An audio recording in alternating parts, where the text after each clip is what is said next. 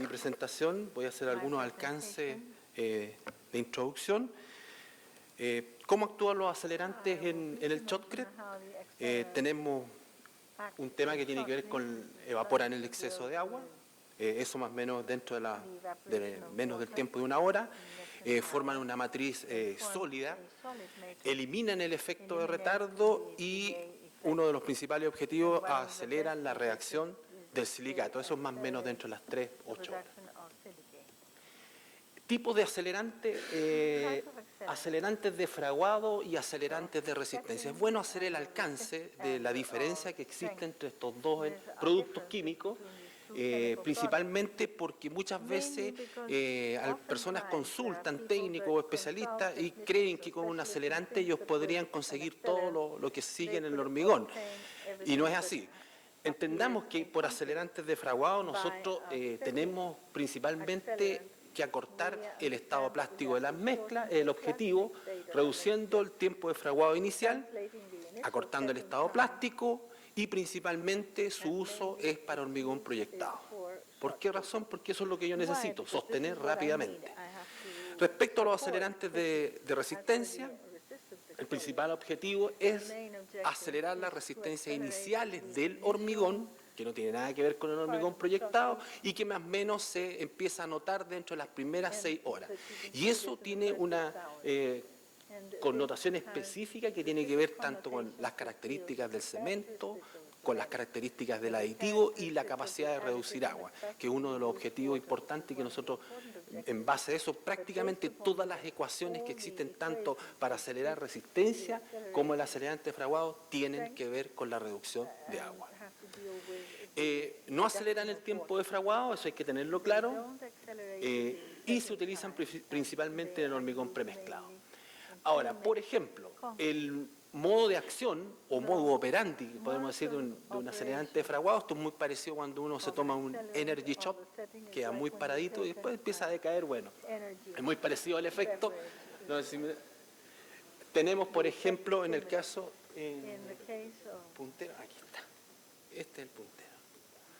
Bueno, tenemos principalmente, este es el punto de cambio distinto. En el caso de los acelerantes de fraguado, el objetivo es obviamente perder la trabajabilidad de la forma más rápida posible y generar un tiempo limitado para que el hormigón se pueda sostener rápidamente. Y se produce el efecto de desarrollo de resistencia inicial más rápido respecto a una u otra curva, y finalmente entendemos que las temperaturas permanecen igual a tiempos posteriores. La reacción química que se produce acá obviamente es totalmente distinta al hormigón nulo respecto a uno con acelerante, porque uno nota cuando está en terreno, cuando proyecta los paneles o el terreno, la temperatura que se levanta en forma instantánea. Esa es una de las grandes diferencias. Respecto al modo de acción, al modo operandi que tienen los acelerantes de resistencia, aquí está el gran cambio, el tiempo de fraguado no cambia, por lo tanto nosotros tenemos trabajabilidad. Y tener trabajabilidad implica que esto es directamente para hormigones, que por ejemplo un pavimento, un elemento prefabricado, que nosotros necesitamos ponerlo en servicio rápidamente. Bueno, desde el punto de vista norma, el tema se clasifica según la ACI, y esto es el resumen que les di, a cortar rápidamente el estado plástico de la mezcla. Principalmente se mide el principio de fraguado cuando la penetración por el procedimiento BICAP llega a 3.5 megapascales y la fraguado final del orden de los 28 megapascales. Esto en un hormigón normal más o menos es un periodo entre 2 y 6 horas, y en un shotcrete es prácticamente después de los 6 minutos, como vimos en la curva que mostró Andrés hace un rato. Respecto a la condición de endurecimiento, justamente se determina la suficiente resistencia para el propósito determinado o para resistir una rotura bajo una carga estipulada, una carga definida previamente por diseño o indicada según la normativa. Entonces, como conclusión, fraguado y endurecimiento no son lo mismo. Por lo tanto, los tipos de acelerantes que se usan en el tema de shotcrete tienen un objetivo definido, y ese objetivo es poner en servicio rápidamente la frente de trabajo. Bueno, las características es el acelerante, rápida acción, fracción de minuto, reducen rápidamente la trabajabilidad y incrementan el desarrollo de resistencias tempranas. Además de eso, aquí hay un tema importante que lo destaco en el slide. La resistencia puede verse afectada dependiendo de la tecnología utilizada. Y aquí pasamos a las distintas tecnologías que existen en el mercado. Nosotros tenemos bases químicas, silicato, aluminato y sales de aluminio principalmente para shotcrete. Estas dos tecnologías prácticamente en nuestro país están obsoletas. Si bien es cierto, hay silicato y aluminatos dando vuelta en el mercado, el 95% me atrevería a decir que es en función de álcali free. Es lo que se está moviendo en nuestro mercado. En otros países de Latinoamérica e incluso a nivel mundial, podemos ver que estas tecnologías son altamente atractivas por las características que tienen. Sin embargo, dada la transferencia tecnológica que ha habido ya lo mencionó Rodrigo, paso de los noruegos, grandes constructoras españolas, ha habido un avance significativo en los álcali free. El caso más delicado de las dos primeras tecnologías es el alto pH que tiene cada una de ellas, de 11,13, 13,14, el efecto es lo mismo, y sus dosis. Por ejemplo, en silicato se ve que las dosis van bastante más allá del 10% y presentan una excelente adherencia al sustrato. En el caso de los aluminatos, el objetivo principal que busca es la resistencia inicial y por eso es bastante también atractivo, ¿ya? Y en el caso de los álcali free, uno de los objetivos es el tema de durabilidad y seguridad. Seguridad desde el punto de vista del operario, ya que como son menos cáusticos, son más benignos para la piel humana, es decir, no generan quemaduras como en los otros casos. Sin embargo, esta condición ácida es altamente contraproducente con cualquier tipo de envase que sea metálico o bomba, etcétera. Por lo tanto, se deben hacer ciertos cambios. Nosotros, en el caso de la planta de producción de este tipo de productos, prácticamente todo pasa por mangueras sintéticas, no tiene nada que ver con temas de acero, incluso los estanques, envases plásticos. Aquí nosotros podemos ver en este gráfico que lo extraje de prácticamente todos los análisis que existen de la teoría. Por ejemplo, el caso de los aluminatos, ¿cuáles son los grandes problemas que presentan? Y esto un poco explica por qué razón son las caídas de resistencia. El caso, nosotros estamos viendo acá dosis entre el 4 y el 8%, el porcentaje de rebote en la curva azul. Ustedes vean que obviamente si yo agrego el mínimo de acelerante no voy a tener el efecto, por lo tanto el rebote es alto y a medida que yo voy agregando, aumentando la dosis de acelerante, el rebote se va reduciendo más o menos del orden del 10%. A medida que yo voy subiendo la dosis del acelerante, ¿qué es lo que pasa? Hay una mayor reacción, por lo tanto, cuando uno dispara en la frente, se endurece rápidamente el shotcrete, por lo tanto las capas que vienen en forma sucesiva empiezan a rebotar. Por eso es que se ve este efecto de aumento. Y en el caso más dramático es justamente el de las caídas de resistencia, donde, por ejemplo, nosotros estamos viendo del orden del 20% con una humedad relativa del 95%, que es más o menos lo que se ve dentro de un túnel, que está del orden de un 15% de la caída de resistencia. Si nos excedimos o a alguien se le pasa la mano con el acelerante, estamos en graves problemas. Aquí ustedes pueden ver las brechas que existen entre una y otra curva, y en el caso de los aluminatos, siendo este un análisis teórico rescatado de la literatura, yo me atrevo a poner esta nueva curva que implica que sí existe caída de resistencia usando álcali free.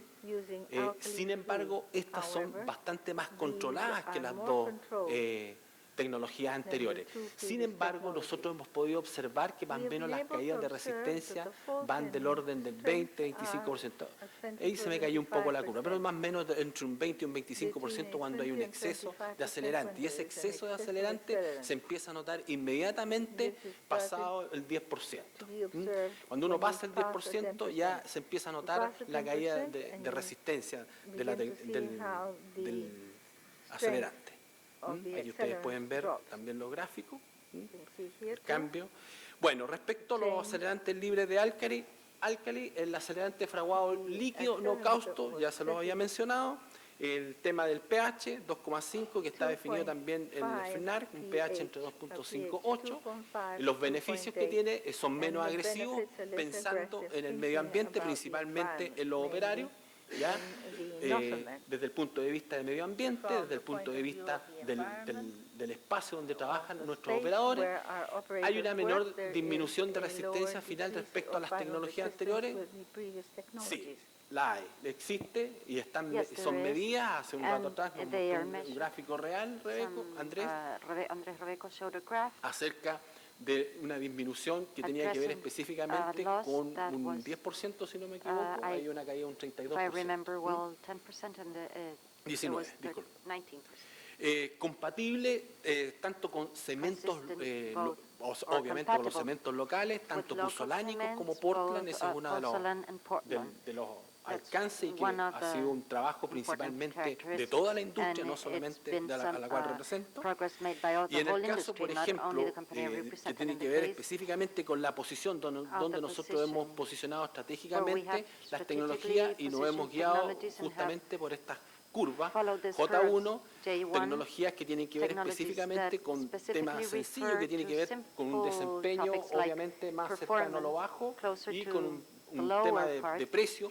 Lo establecí en el acelerante, pero cuando muestro el gráfico, obviamente que esto arrastra a todo el diseño de la mezcla. No quiero decir que el acelerante sea más barato, sino que todo el concepto que existe detrás del acelerante, del diseño, obviamente tiene una condición económica totalmente distinta.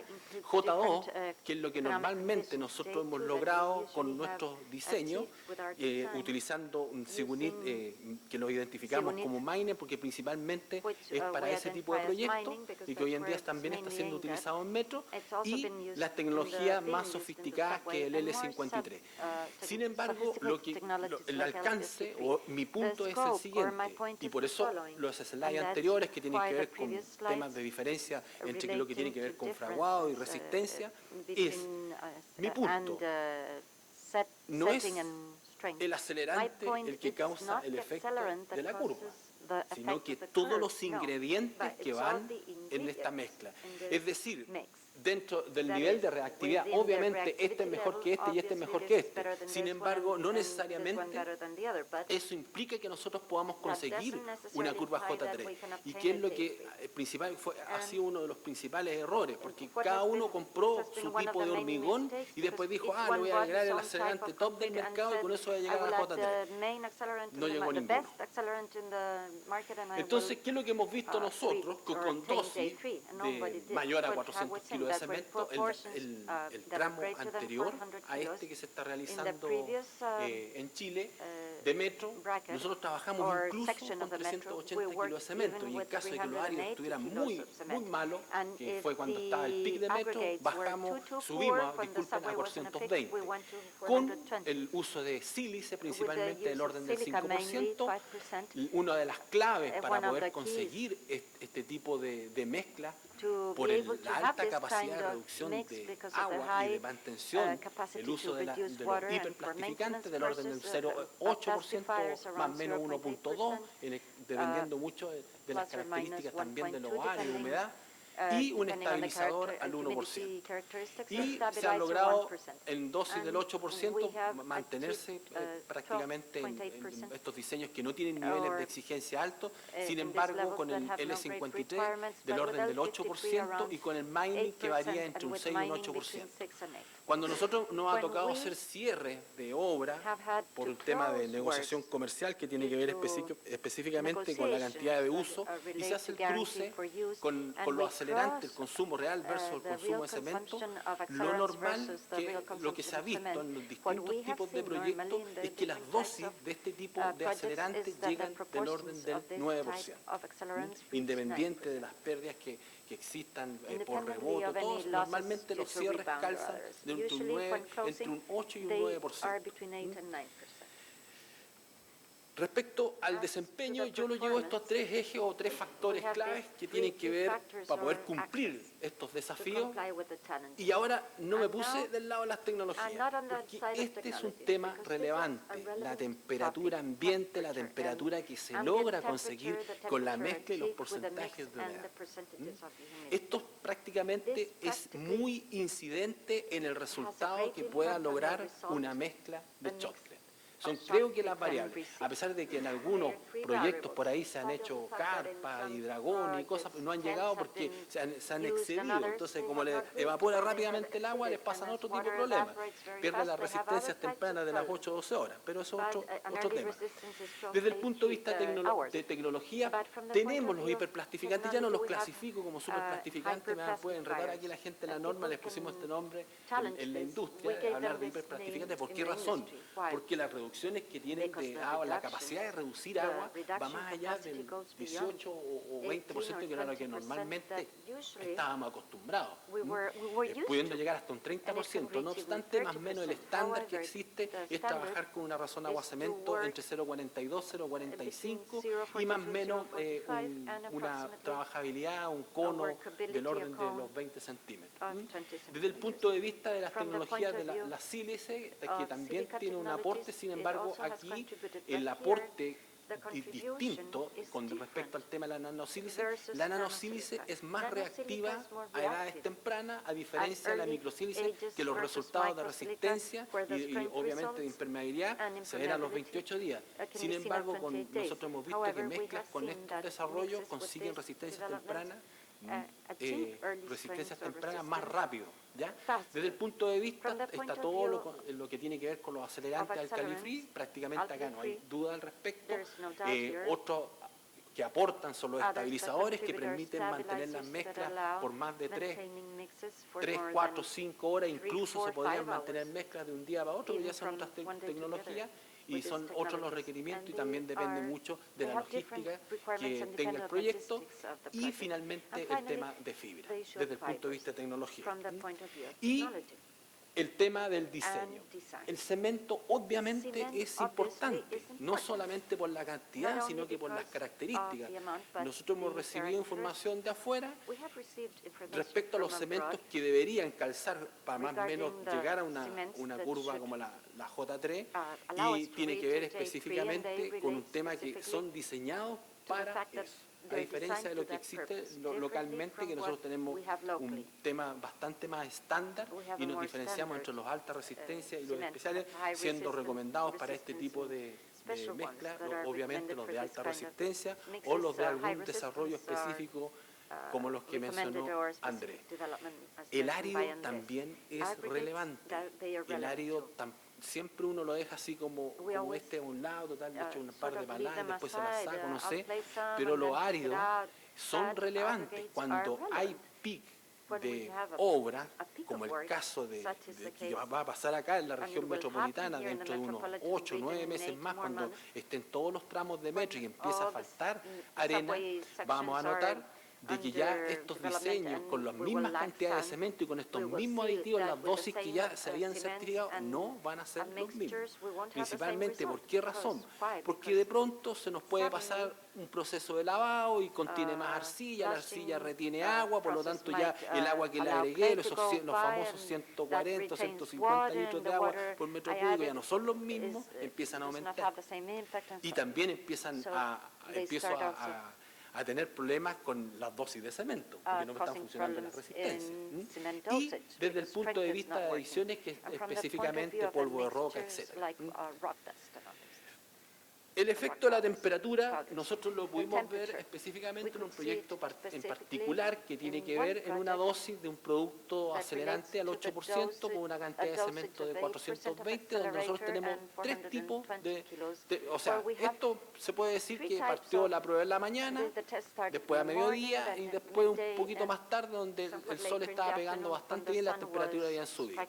Con una temperatura ambiente de 24 y de hormigón de 26, fíjense ustedes que realmente es que la mejor condición y es la que más se acerca a la J3 y obviamente pasa con creces la J2, con 14.5 grados de temperatura y 17 en el hormigón, también se alcanzan razonablemente, pero a medida que va bajando la temperatura, ya las caídas son bastante severas. Bueno, los actuales desafíos, aquí hay un extracto y para un poco reafirmar lo que hemos visto, fuente, Código de Práctica del Hormigón Proyectado, Sociedad Austriaca del Hormigón. ¿Qué tenemos que ver con la Sociedad Austriaca? Un poco, pero sin embargo nos gusta diseñar en función de ella.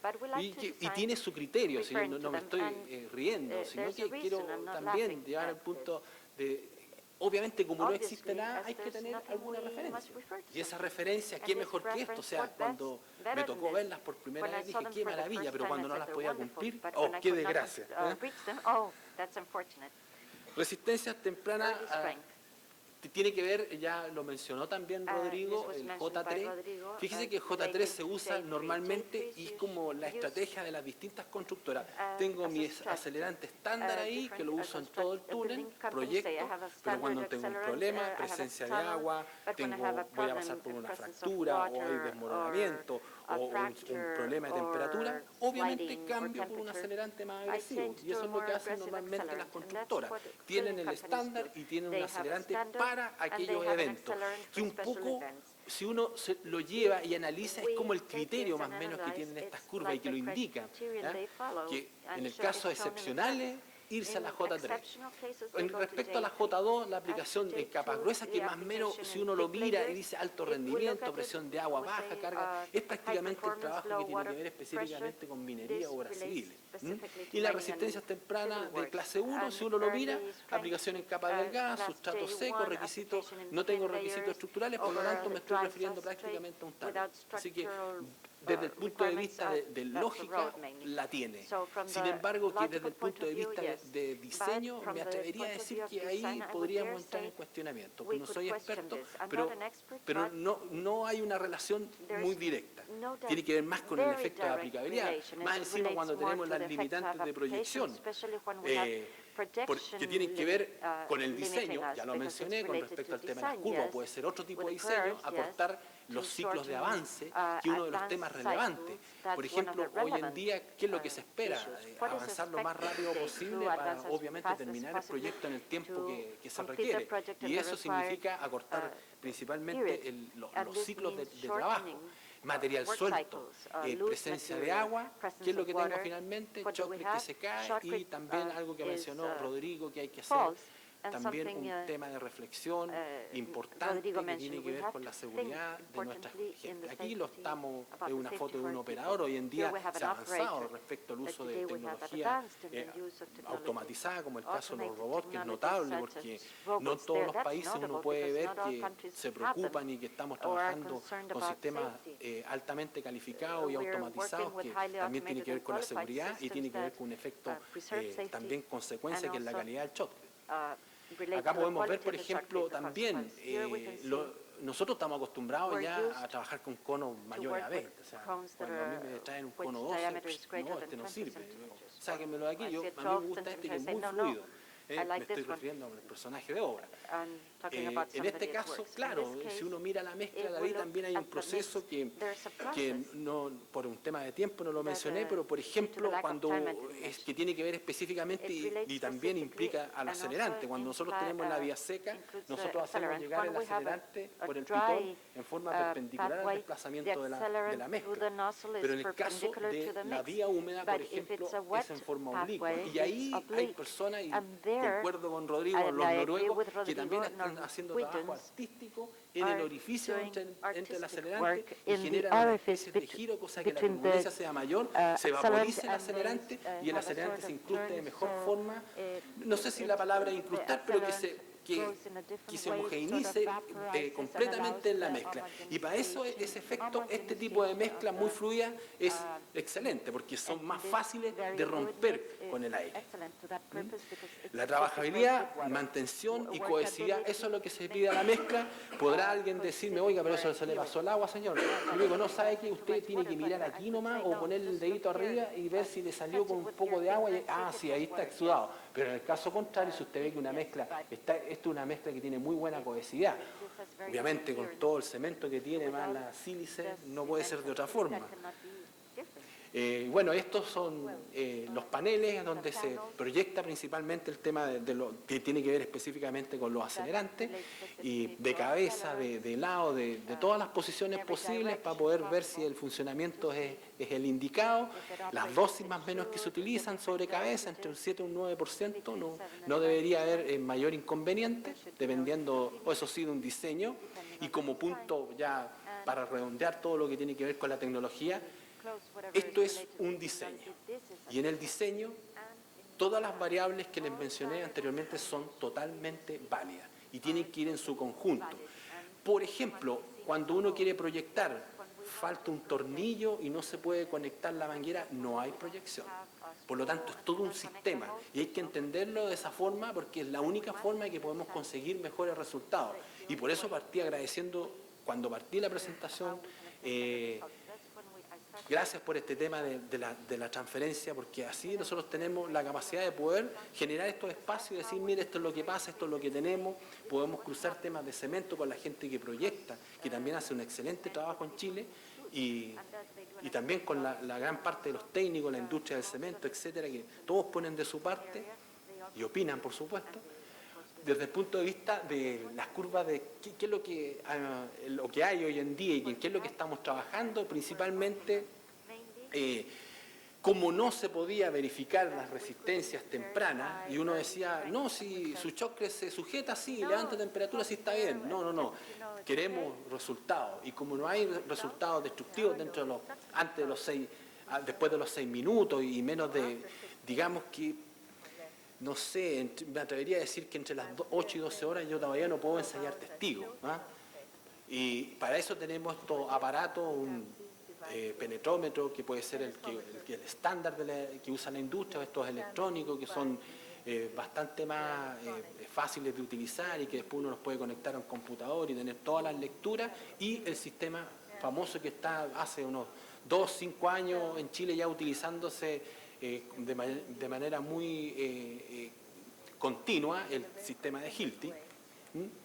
Desde el punto de vista de los controles, acá uno puede tener un esquema ya también un poco en función de lo que mencionó Rodrigo, de decir ya en el A yo me voy al cuadrante A y digo ya entre los 5 minutos y 2 horas yo uso un penetrómetro con la aguja de 9 milímetros, después tengo por ejemplo en el caso del cuadrante del cuadrado B, o rectángulo, el penetrómetro, y ahí uso la aguja de 3 milímetros, y que tiene que ver principalmente cuando ya estamos pasando los 0,1 megapascal, y después me voy al C, que tiene que ver específicamente con el método de arrancamiento. Esto lo desarrollaron los españoles, o Boulon, implica que el tema del famoso clavo, que hay dos técnicas, una que la recomienda Hilti, también hay otra que desarrolló el doctor, no es doctor, es doctor, ¿no? Ojo, de Gustav Brager, que también desarrolló un propio sistema que tiene que ver con el hendimiento del clavo.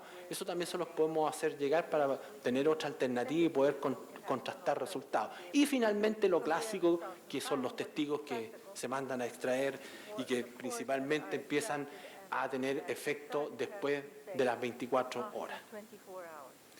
Desde el punto de vista de trabajo en terreno, del laboratorio, ¿qué es lo que se está haciendo? Lo que estamos nosotros trabajando principalmente es en el mini shop. Y el mini shop tiene que ver específicamente con llevar el 1 a 1, la escala grande de la prueba, a una escala de laboratorio, simulando las condiciones. Y en eso se está trabajando duramente, ya lo tenemos implementado en Europa, ahora en Colombia, y ahora nos toca a nosotros en Chile también iniciar este proceso, y que consiste en lo siguiente. Bueno, cuando se hacen pruebas y los test de acelerante se hacen, o sea, aunque no lo crean, hay un movimiento de testigos y que tienen que ver específicamente con que nos perjudican en las áreas de trabajo, por ejemplo, se llenan de testigos, tiempo y recursos por temas de peso o por temas de cantidad, los equipos son prácticamente 1 a 1, tenemos que usar grandes volúmenes porque para proyectar, no sé, un panel no necesitamos 50 litros de una betonera de laboratorio, sino que necesitamos prácticamente como mínimo 2 a 3 metros cúbicos. Todos los parámetros como en la realidad. ¿Ah? Y un experimento en ningún experimento. Ya lo sabemos nosotros que tenemos miles de certificados y que después uno los quiere presentar como referencia y me dicen, no, si están muy bonitos tus certificados, sirven como parámetro de referencia, pero acá tenéis que probar igual. ¿Eh? Entonces, ese otro es un tema. Y esto, el mini shot, que es el tema, necesitamos el espacio justo, necesitamos 1 o 2 técnicos especialistas que tengan especial atención con el tema de la tecnología del hormigón o hormigón proyectado. Tenemos las condiciones altamente controladas. Al decir que tenemos las condiciones controladas, alguien me podría decir, que tienen las condiciones súper buenas, sí, pero nosotros podemos simular las que están también afuera, en temas de temperatura, de humedad, etcétera, etcétera. Y también estos ensayos se hacen realmente con los áridos de terreno. Y son altamente reproducibles, es decir, puedo hacerlo uno en la mañana, puedo hacer otro en la tarde, porque las cantidades obviamente son bastante más limitadas. ¿Qué es lo que tiene que ver específicamente? Desde aquí para atrás, cuando nosotros agregamos, esta es la curva de desarrollo normal del hormigón, y aquí principalmente donde está el tema de lo que tiene que ver específicamente con la matriz de cemento aluminato y de aquí para allá los silicatos. Principalmente la reacción del acelerante hace que esto se levante rápidamente, por lo tanto nosotros aquí podemos hacer un seguimiento de todo lo que hay, de todo lo que pasa en este periodo, y si es que necesitamos de más atrás, tenemos específicamente en este caso el inicio de reacción, lo evaluamos con el ensayo de BICAT, que es el ensayo que se hace tradicionalmente y principalmente tiene que ver la compatibilidad. Otro punto interesante es que antes de tomar la decisión de utilizar uno u otro aditivo o un conjunto de aditivos, obviamente que hay una normativa, no me recuerdo exactamente, se la pueden preguntar a los señores del IDIEN, pero existe también la forma de poder determinar cuáles son los aditivos compatibles con el cemento. Y menciono esto porque hoy en día, como el tema del cemento está bastante más abierto, o existen cementos que provienen de afuera, otros que se desarrollan acá con materias primas también importadas. Hay un tema que tiene que ver, exportada, disculpen, tiene que ver específicamente que existe una necesidad imperiosa de poder determinar antes de tiempo y no generar estos altos costos. Todavía escucho hablar de 2, 3 meses de ensayo, y sí, todavía se ven, a pesar de que existe experiencia de tramos anteriores de metro y de grandes proyectos, todavía hay constructoras que están realizando ensayos y probando, y eso tiene un costo alto. Aquí tenemos principalmente lo que usábamos antiguamente, esta pequeña mixer que tenía que uno preparaba su pasta, podía tener su cemento y veía principio y fin de fragua, pero uno de los grandes problemas principalmente era que había que involucrar la mano de una persona, y si esa persona no estaba, los resultados que los podían tomar otros eran distintos, por lo tanto no se tenía una correlación pareja. En este caso, con el desarrollo de esta tecnología del mini shot, obviamente se pueden establecer parámetros bastante más continuos y se pueden específicamente determinar qué tipo de acelerante, qué tipo de cemento son más compatibles, y complementándose obviamente con todos los ensayos penetrómetro, el test de BICAT, el penetrómetro electrónico, también con la pistola Hilti, y finalmente obviamente todo esto se replica en la realidad, que es la prueba industrial final. Esto más o menos la figura que tendría el tema del mini shot, es bastante interesante, funciona con un tornillo sin fin, con un motor de frecuencia controlada. Nosotros tenemos que determinar la máxima presión, que tiene que ser a escala respecto a la presión real, la presión de trabajo, y volumen del pistón también para llevar una correlación directa con lo que pasa en terreno. Un alimentador de hormigón estándar, el alimentador de hormigón estándar es un capacho que podemos lanzar entre 50 y 80 litros principalmente, que disminuye obviamente en 5 veces lo que se tiene que hacer en relación a una prueba industrial, y utilizamos principalmente el mismo sistema de bomba y dosificador. Acá pueden ver otra figura del sistema que ya está implementándose en Colombia y que prontamente va a estar en Chile para el tema de ver la efectividad de los acelerantes. Y muchas gracias por su atención y espero haber contribuido en algo con este seminario.